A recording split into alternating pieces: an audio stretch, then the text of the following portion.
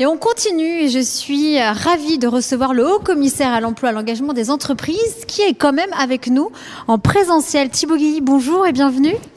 Bonjour. Alors je crois que vous êtes convaincu, moi aussi d'ailleurs, mais vous allez en parler mieux que moi, qu'un jeune, une solution, c'est possible.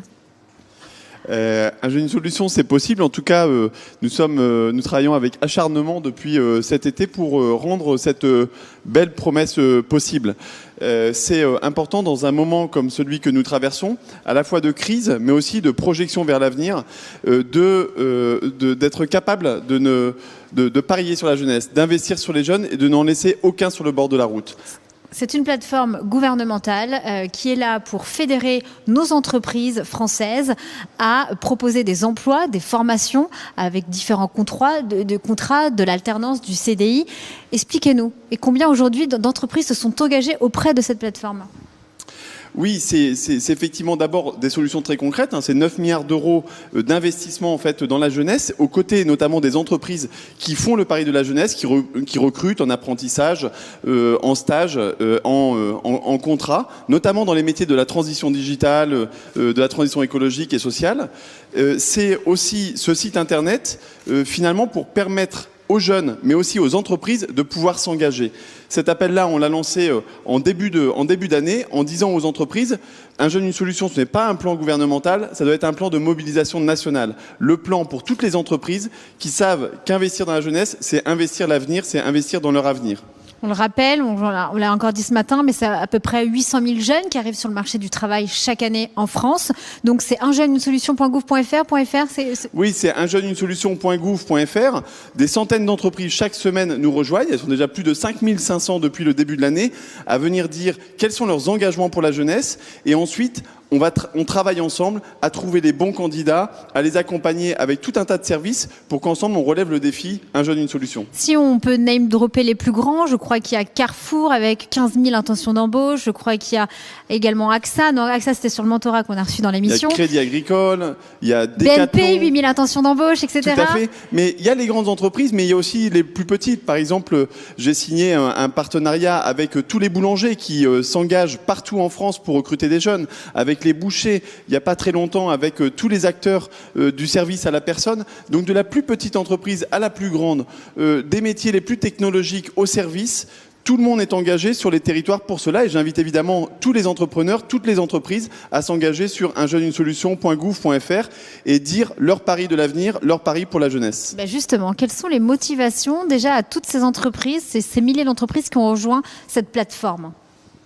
La motivation, aujourd'hui, on parle finalement de préparer l'avenir, d'accélérer les transitions. Un jeune, une solution, c'est un petit peu ça. C'est à la fois le refus de laisser des jeunes sur le bord de la route. Il y en a 800 000 qui arrivent sur le marché du travail. Il y en avait aussi un peu plus d'1 million qui étaient parfois sans solution, sans formation, sans emploi. Et donc c'est à cette jeunesse-là qu'on dit, on investit sur vous par la formation, par le recrutement, pour aller dans les entreprises accélérer ces transitions-là. Et donc les entreprises savent très bien que pour relever les défis d'aujourd'hui et de demain, elles ont besoin de souffle, elles ont besoin d'énergie, celle de la jeunesse, celle qui va apporter aussi un nouveau regard, elles ont besoin des compétences et c'est ce que nous leur apportons avec Un jeune, une solution. La deuxième chose qu'elles viennent chercher, c'est la simplicité et donc c'est des services, c'est du concret qu'elles peuvent trouver sur la plateforme. Et plus récemment, il y a Un jeune, une solution. Et là, c'est un jeune, un mentor. Donc là, on peut parler d'AXA, etc. Ça veut dire quoi aujourd'hui, un jeune, un mentor ? Qu'est-ce qu'un mentor, justement ? Est-ce que c'est 2-3 heures ? Ça se traduit comment ? Comme on vient de l'évoquer, il y a toute la palette du coup des solutions qui sont présentées aux jeunes, mais il faut bien dire que nous vivons encore dans un pays où chaque jeune n'a pas forcément toujours l'opportunité de se saisir d'un emploi ou de ce qui peut se présenter. Et le mentorat, finalement, c'est un bon moyen de lutter contre les déterminismes sociaux. C'est créer une relation entre un jeune qui se cherche et une personne, un collaborateur dans une entreprise qui est prêt à consacrer 1 heure, 2 heures de son temps par mois pour finalement accompagner dans une relation de confiance un jeune dans sa réussite. Ça fait partie du mécénat de compétences au sein des entreprises ? Ça peut faire partie du mécénat de compétences, ça peut se faire dans le cadre bénévole ou dans le cadre du mécénat de compétences, mais c'est sûr que c'est un engagement de l'entreprise à dire à ses collaborateurs, vous pouvez vous engager auprès des jeunes parce que c'est à la fois une manière finalement de donner du sens et d'assumer sa responsabilité sociale vis-à-vis de la jeunesse, mais c'est aussi un bon moyen pour les collaborateurs de trouver du sens, de valoriser finalement leurs compétences, leur expérience, et toutes les entreprises qui se sont engagées dans le mentorat nous disent combien ça apporte au moins autant qu'elle n'apporte finalement aux jeunes. Quels sont on va dire, les bénéfices aujourd'hui, parce que vous êtes beaucoup sur le terrain, Thibaut Guilly, vous vous entretenez avec beaucoup de cadres, beaucoup de dirigeants, beaucoup de mentors. Qu'est-ce qu'il en ressort en fait ? Est-ce que ça les dynamise aussi en interne de se sentir utile, de se dire qu'on peut peut-être coacher une dizaine de jeunes dans l'année ? Ça se passe comment ? C'est vrai, on a bien vu d'ailleurs pendant ces périodes de confinement combien en fait il y avait un désir d'engagement, un désir de sens, un désir de connexion. Le mentorat, ça permet cela. Ça permet de connecter un jeune qui se cherche avec vous qui avez une expérience, une connaissance, un métier à partager. Donc ça apporte en fait aux entreprises et surtout à leurs collaborateurs du sens, une force d'engagement, une fierté d'appartenance aussi à l'entreprise qui va faciliter finalement cet engagement-là. Et puis c'est une manière finalement de faire connaître ces métiers parce que beaucoup des métiers sont encore méconnus par les jeunes et créer des connexions, créer des liens entre ceux qui n'ont pas de réseau et ceux qui en ont, c'est aussi l'occasion de faire découvrir votre entreprise, vos métiers, vos projets d'avenir, vos ambitions à la jeunesse. Et vos objectifs en termes de jeunes suivis, c'est pas 100 000 à horizon, quels sont vos chiffres ? Oui, alors en fait, vous savez, le mentorat, il est né et il faut vraiment leur rendre hommage. Il est né en France grâce à des associations et le soutien de quelques entreprises. Vous avez cité AXA, mais on aurait pu citer aussi BNP, Accenture, Total, la SNCF. Et ensemble, ils ont fait émerger ces mentorats. Aujourd'hui, c'est près de 25 000 jeunes qui bénéficient de ces parcours de réussite grâce au mentorat. Là, l'objectif, et mon objectif et ma priorité, c'est d'insuffler en fait un changement d'échelle, passer à 100 000 d'ici la fin de l'année 2021. Et le président de la République qui a annoncé ce plan mentorat le 1er mars dernier, on veut nous challenge pour atteindre 200 000 mentors d'ici l'année prochaine. Et vous êtes également à l'origine, alors c'est en train de se structurer et j'ai hâte que vous puissiez de plus en plus nous en parler, c'est la communauté des entreprises s'engagent qui apparemment regroupe actuellement 10 000 entreprises sur tout le territoire.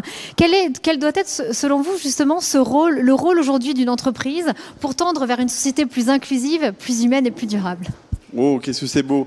Mais son rôle en fait, d'abord c'est parti d'un constat, d'une conviction qui avait été partagée par Emmanuel Macron en juillet 2018, c'est que face aux grands défis socio-sociétaux qui sont les nôtres, l'État seul ne peut pas réussir. Les entreprises seules ne peuvent pas non plus les relever. Mais c'est dans cet esprit de coalition, d'alliance, de travail ensemble qu'on va pouvoir relever le défi de l'inclusion, de l'égalité des chances, du développement des compétences. Et le réseau des entreprises s'engage a la particularité d'être co-construit entre les services de l'État, les services publics et les entrepreneurs dans tous les territoires. Déjà plus de 10 000 entreprises, de la plus petite à la plus grande, nous ont rejoints. C'est des grands programmes. On a parlé d'un jeune, une solution pour la jeunesse, mais c'est aussi sur le handicap, c'est aussi sur les achats inclusifs. Chaque entreprise va trouver là, en fait, matière à s'engager dans des programmes, trouver des services pour pouvoir avancer, et nous les accompagnons, nous l'État, pour avoir le maximum d'impact. Quels sont les critères pour tous ceux-là qui nous regardent ? Pour terminer, comment on fait pour rejoindre ? Quels sont les critères pour rejoindre cette communauté ? Les entreprises s'engagent. Alors il y a d'abord un engagement un petit peu formel qui se fait avec une charte sur la base de valeurs et puis d'un certain nombre d'engagements, de convictions partagées. Et puis ensuite, c'est de prendre sa part finalement dans la réussite des programmes. On a parlé d'un jeune, une solution. Derrière l'engagement, c'est est-ce que je vais recruter un apprenti ? Est-ce que je vais recruter un stagiaire ? Est-ce que je vais essayer de travailler à la diversité, à l'inclusion dans mon entreprise ?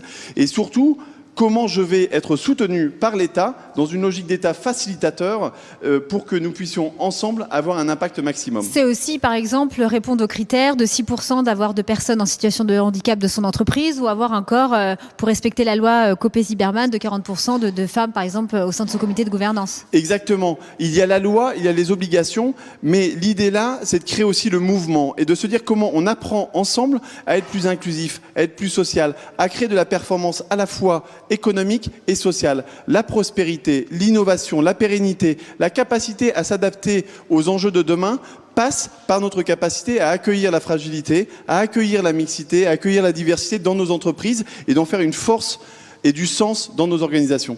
Bien, écoutez, merci beaucoup Thibaut Guilly, merci beaucoup d'être venu. Et puis je trouvais que ça se prête parfaitement pour tous les entrepreneurs et surtout les entreprises qui nous regardent. Comme quoi, vous avez toutes les clés pour vous engager finalement. Exactement, sur unjeune-une-solution.gouv.fr. Merci de passer à l'action, on compte sur vous. Merci beaucoup.